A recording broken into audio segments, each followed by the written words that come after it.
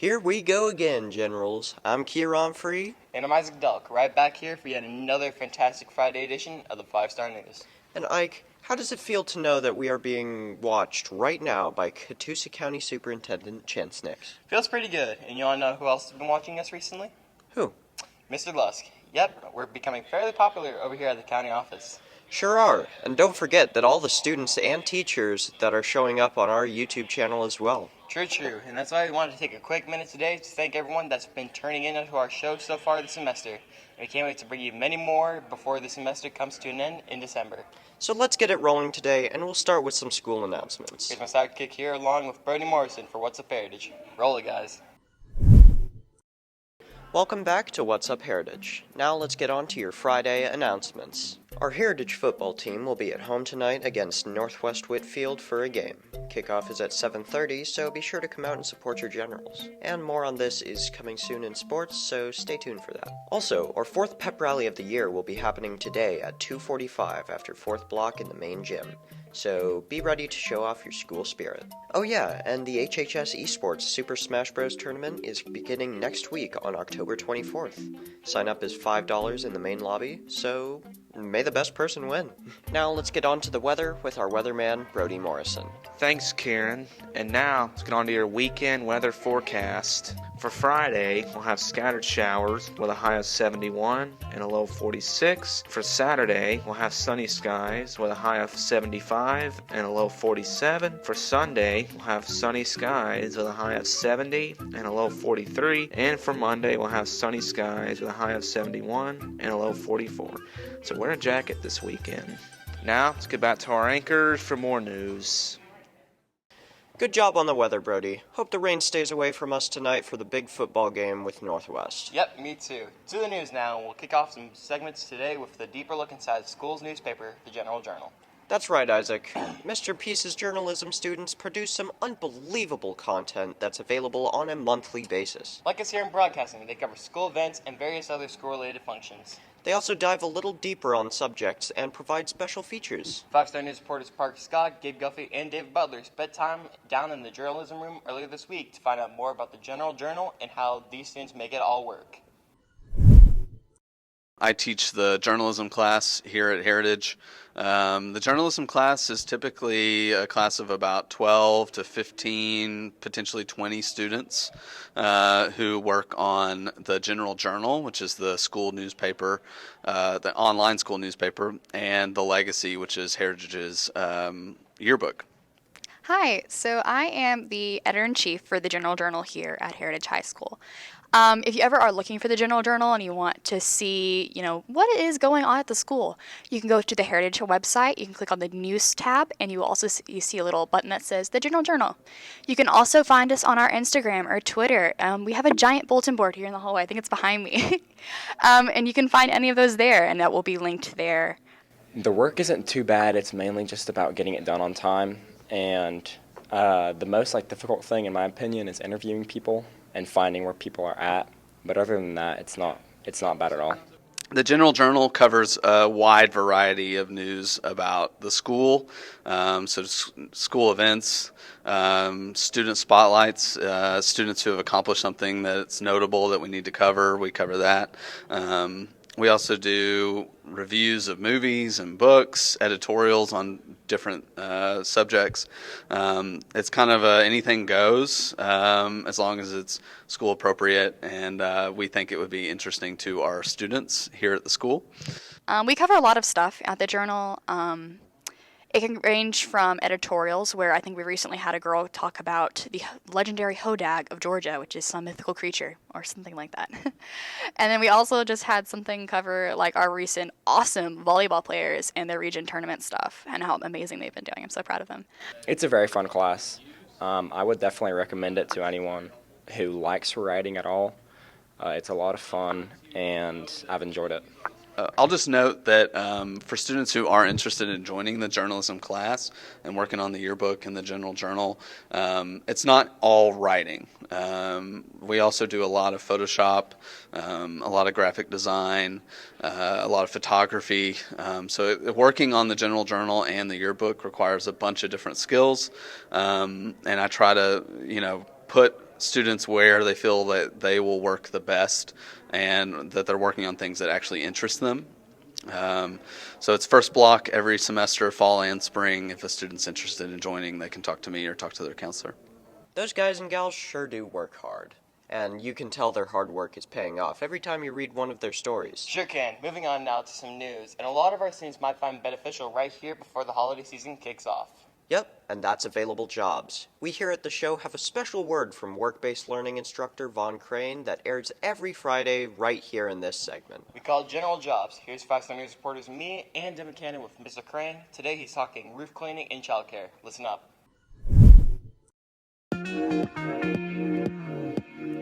Hey, so for our jobs today, I've got 2 jobs that are pretty specific. Really, it's going to take the right person for either one of these jobs. One is I've got a guy looking to hire an apprentice for doing roof inspections, chimney inspections, helping install heating systems in homes, things like that. This is a job for someone who maybe next semester you're doing dual enrollment and you're available in the mornings, you're doing work-based learning, and you're going to be available part of the day.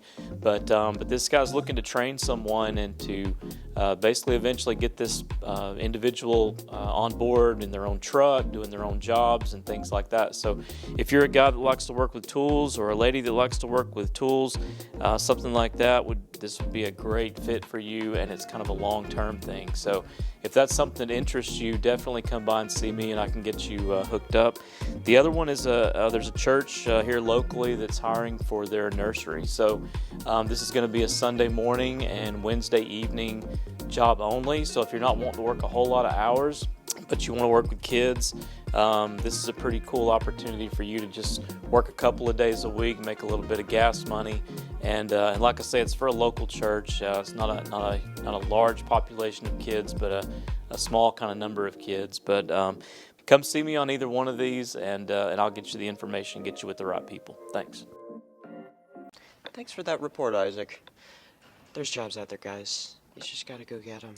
By the way, did you get to go to the school last night for the fall chorus? No, I didn't, but I did hear that it was pretty good. Well, you heard that right. And our 5 Star News reporters Ethan Booth, Logan Beasley, and Bryce Quells called with Miss Hamilton and a few other choir members this morning to find out how they thought the show went.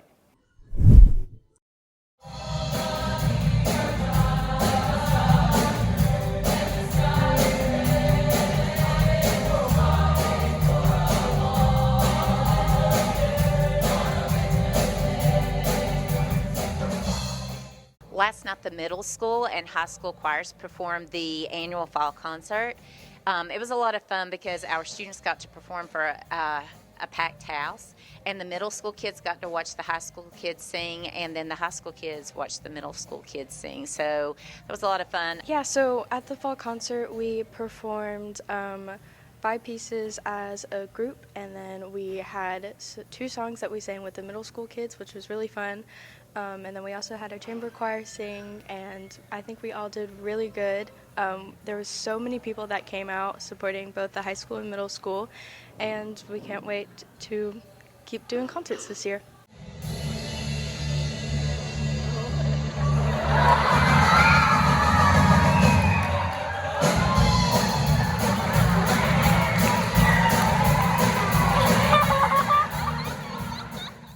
The kids also performed music from all kinds of different genres, like gospel music and pop music and classical music from the Baroque period. So it was a nice variety of music, and I think everyone seemed to have a good time. I'd say that was pretty good. Good job, everyone. Break time here on the show. And here we can't go any further without talking about the Lost and Found commercial put by our second block entertainment guys on Tuesday's show. Yup. That was so good. So good, in fact, that we're going to show it again in just a second. But stick around after the commercial for sports. Football talk. Volleyball and softball get big state wins, and yet another edition of College Football Corner. Coming your way next.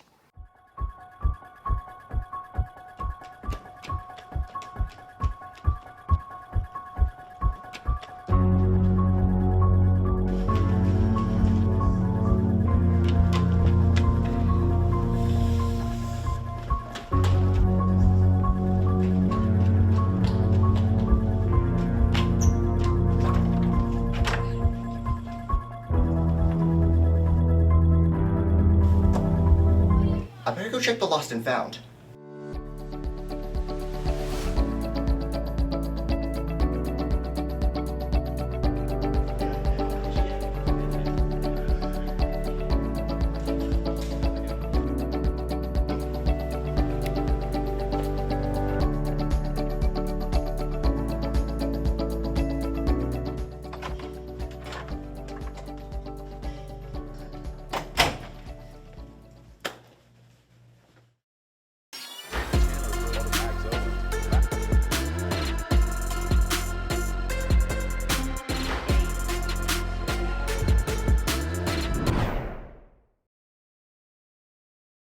Sports time here on the show. I'm Evan Wingrove, and I'm joined today by my man B. Quizzle and Bryce. Softball and volleyball have already begun play in their state tournaments. Yes, they have. Both teams got huge wins earlier this week, and we'll start you off with volleyball, Evan. Coach Cooper's ladies hit the court on Tuesday night as the number 1 seed as they faced off against Southeast DeKalb from Atlanta. Bryce? And our ladies didn't take long to put the visitors right back on the bus and send them right back down I-75. Here's 5-star sports reporters Logan Beasley and myself with the game recap. So on Tuesday night, we hosted Southwest DeKalb in the first round of the state tournament. We came out with a lot of energy. I think we were able to run a lot of things in our offense that we were trying to run. And we went 3-0 each set. And now we're headed to our Sweet 16 match on Saturday. I think we'll do really well. And I'm hoping that we can carry that momentum into our second round game, which will be against Westminster. They're a really tough team. I think we're ranked really close to each other in the state records. So we'll host them at noon on Saturday, and I think we'll have a good chance if everybody comes out and just plays their best game. Congrats to all, and good luck in the Sweet 16. On to softball now, and our girls are virtue of winning the region championship last week and got to host a big super regional state tournament yesterday, Evan. Yep, 4 teams right here at the Taj fighting for a spot in Columbus next week. Our Generals were the top seed and took on Miller Grove on Wednesday afternoon in the first game of the tourney. How'd that go? Here's 5-star sports reporters Owen Bryant with a look back at the big win. Third baseman, number 24. Beautiful day for softball here on Wednesday as our Generals took on Miller Grove in the first round of the Super Regional Tournament. And it didn't take long for Coach Crawford and her girls' bats to get rolling. And if you got to the game a little late, you missed most of the action as Coach Crawford's girls put up not 1, not 2, not 3, not 4, but 14 runs in the very first inning en route to a 20-2 victory. We talked to Coach after the game. We scored 14 runs in the first inning, which I believe is a school record. We also had all 9 starters had a base hit and an RBI, and 6 of those starters had multi-hit game. So it was a great way to kind of open up Super Regionals. Kelsey pitched a great game. We were able to get other people at bats, and we're ready to move on to the next opponent. And that next game would take place on Thursday against East Forsyth. And the Generals would jump out in front in this one early. Third inning, and Jenna Ryan singles up the middle, scoring 1 run. The Generals add on from there, and they would end up winning this thing 7-0, thanks to some great hitting and timely pitching from Addie Edwards. After that big win, the Generals would sit back and watch the East Forsyth team win the losers bracket final and have to meet the Broncos again. In that game, it was more Addie Edwards and timely hitting as the Generals rolled to a 5-0 win, culminated on this strikeout by Edwards, and that punches their ticket to Columbus for the Elite Eight. Super proud of the girls and the way that they battled throughout the last 2 days. The energy was there. The hype was there. We had a great turnout yesterday for the 12 o'clock game. The student body helped bring the energy. Is just super proud of our coaching staff too, and we're ready to celebrate this weekend, but turn to Columbus next week. Congrats, girls, and good luck in Columbus next week. To football now, and the season winds down, Evan. The game become more and more meaningful. Yes, they do, Bryce, and tonight's game with Northwest is always huge, but this matchup with the Bruins could have a state playoff invitation on the line. What will it take to get the win? Here's our very own Charles in the Cut Williams with the game preview. Take it away, Charles. Northwest is a very good football team. Coach Robinson always does a great job with their team, and their kids play really hard. They've got some very talented receivers, a quarterback, and the line of scrimmage will be quite a battle on both sides. So it's going to be a really fun game. I think it's two fairly evenly matched teams. And in the last few years, it's been just like that, and it's come down to the last possession of each game. So it ought to be an exciting football game for everybody. It's going to be really fun to play in, to coach, and for spectator fans, hope you guys fill the stands and the Taj Nation shows up. Ought to be very exciting. Game to watch as well. So the Heritage Generals are the best $10 you can spend on a Friday night. So make sure you come on out and enjoy the fun. Good luck tonight against Northwest Whitfield. Now to some entertainment, and with a jammed-packed schedule of college football games taking place tomorrow. Our main man, Nate Trowball, is here you bet with another edition of College Football Corner. How'd our guest pickers do last week? And who does everyone like in the big Tennessee versus Alabama matchup? Here's this week's College Football Corner.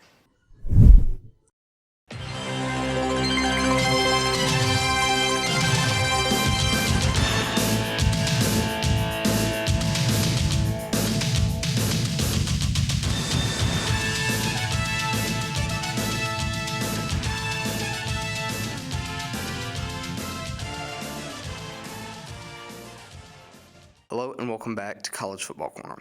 The game we will be going over today is the Texas-Oklahoma game. Now this game was electric. Both teams being very close the entire game. No one really giving up large amounts of ground or letting a lot of points slip by them.